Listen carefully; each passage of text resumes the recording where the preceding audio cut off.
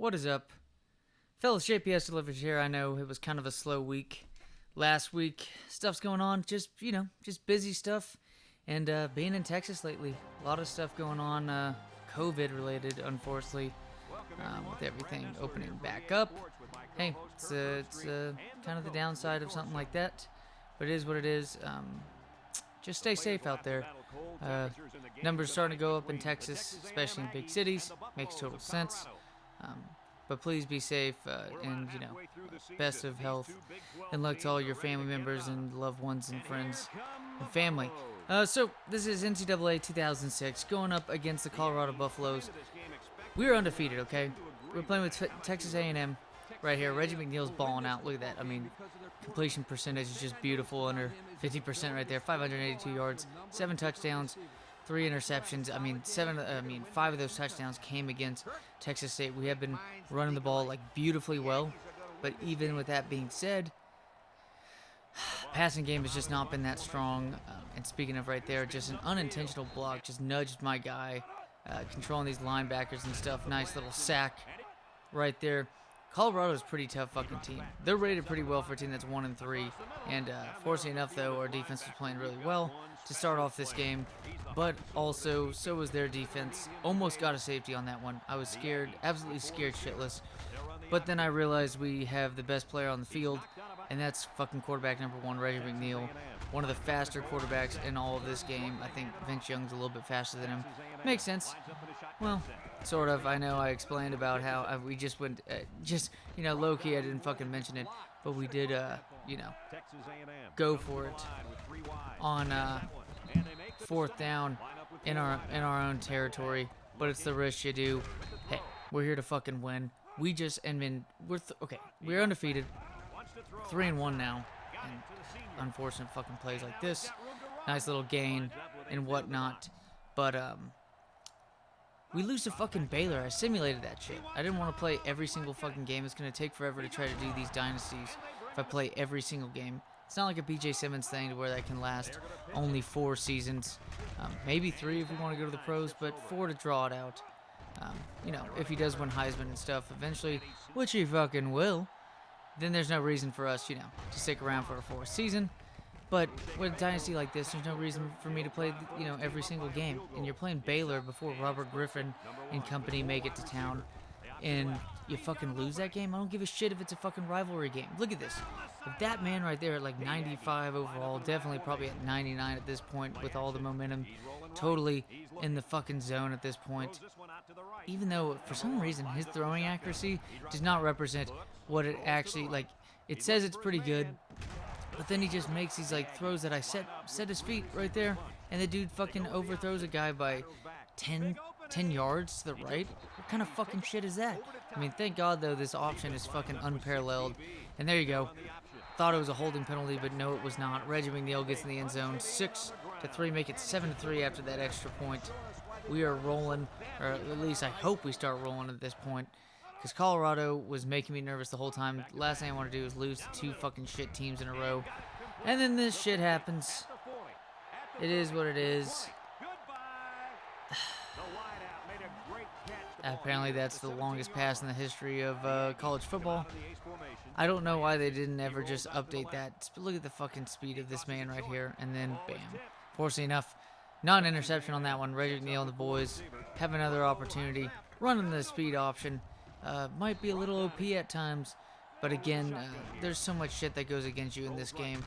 But I'll tell you what does not go against you is that man right there, wide receiver number 17. I don't remember who that was. If I have friends that lived in College Station at the time to tell me, it reminded me of who the free safety number 19 was for Texas A&M. So please, if you know who the wide receiver number 17 is.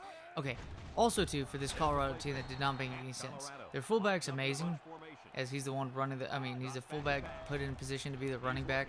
But they didn't even have an injured halfback number 2, and he's their leading rusher. Oh, also too, it's kind of like a big dickin' situation.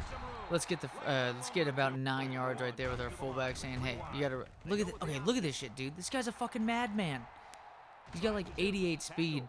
Dude's a beast, man. It's fucking Reggie McNeal. They can't stop that guy on his feet. Courtney Lewis is a beast in itself.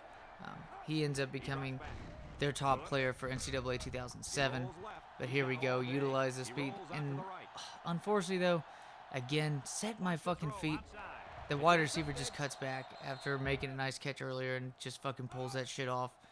So Colorado's starting to make, trying to make plays of their own. Fullback helps right there with a third down run, so they've totally fucking bamboozled us. So that is what it is. Whatever, though. But setting up a play for them. Nice little catch. Deep run. Nice run after the catch by their wide receiver. I think that was the only catch he had on the day, or maybe a couple. But that man right there, their halfback, number 2 is their starting running back, is easily their top rusher. He had like 500 yards in the first 4 games of the season. And then their fullback's the one who fucking has the ball. I mean, hey, if there's any reason to fucking send the dude who's your leading rusher back in, it's after that fucking fumble. Nicely timed. Trying to get points on the board. Nice run right there by Reggie McNeal. Pitches it to Courtney Lewis, so he runs, 90% of that fucking yards worth of that play. And it goes credited towards Mr. Lewis on that one. Pass deep down the field. Not able to do anything. No interception. But more importantly, no reception on that play. Not able to get it. And there you go. Sacked on that one. This is the start of the second half. They didn't do anything to get down there. Here we go. On third down and long, they just spread out. They had that corner or some sort of coverage, like a cover 2. Cover 3 was my guess because they had that many dudes that far back. That's just my guess. Nice little dump pass right there. I think it was 1 of 4 completions on the day. This should have been a touchdown, though. Reggie McNeal getting down the field. That should have been a penalty, too. But hey, I digress. He's already dumping on these dudes. No reason to get pissed off. Speaking of dumping, some more. Sorry, I know I'm running a decent amount with this dude and stuff. Again, it's a fucking video game, NCAA. If you're not running with your quarterback that can run the ball, then what's the whole fucking point of having this dude? But, I mean, also, too, the passing's been difficult. The running has been excellent right there. But, hey, he's beasting and feasting, man. They're giving so much fucking space. They're actually covering the wide receivers really well. But the dude's gonna, I mean, when I have 20 yards to run, you don't think Cam Newton's running that ball? You don't think Vince Young's getting, 15 yards? Donovan McNabb sure as shit was. Right before he blows up his chunks of chunky noodle soup. But there's no reason for me not to fucking run the ball like 20 yards up the field. Oh my god, someone fucking picked that dude up. He's dead back there. That dude's fucking dead. That dude's knee looks like fucking Adrian Peterson's, except he's not going to be able to recover. And then right there, too, after a nice little play, trying to go up, to more than 20 points ahead in this game, and then that fumble, which unfortunately leads to that Heisman difficulty fucking touchdown return. So that's beautiful right there. The Mile High City right there, really that altitude's getting to us. No way in hell you're chasing down a home team player like that. There's no fucking chance. So you're starting to see the difficulty jump in. But however, though, still got the best player on the field. Even though it looks like their fucking middle linebacker dude just took a line right before he fucking chased down Reggie McNeal on that one. It had everything to do with the stamina. It had to. It just had to. There's no way in hell. And look at all the time in the world. Had to back up a little bit, trying to set up wide receiver 14, and then a drop pass. And it's going to be Colorado ball. Nervous as fuck. But fortunately enough, hey, why you got to be nervous when this team's going to fucking try to run wide receiver fucking reverses on the first down? If that shit doesn't work, you're fucked for the entire bit of this. And fortunately enough, that's just the case, as incomplete pass, going to be our ball, getting it down the field, up by 4, we're on the road. You got to be able to run the clock out. And speaking of one way to do that, beautiful broken tackle on the outside. 2 seconds left on the play clock. Again, we're here to win this game. And when you got that guy on your team and that dude at running back, there's no way they're fucking stopping this clock. Let's get it going, boys. Reggie McNeal on the outside. It's fucking clockwork at this point. I don't care if you put another running back behind him, Courtney Lewis or whatnot. It doesn't fucking matter, because look at that shit, dude. He just fucking trucked that man. Just fucking trucked that man. 220 yards rushing. Look at that. 4 completions. 100 yards. I'm pretty sure 80% of that came on that one fly route on the outside, that 9 route all the way in. Run right there. And there it is. End of the game. 21-0. 17. Again, I apologize for the the slow week last week. I hope y'all are enjoying these videos. If anything y'all want me to do differently, please let me know.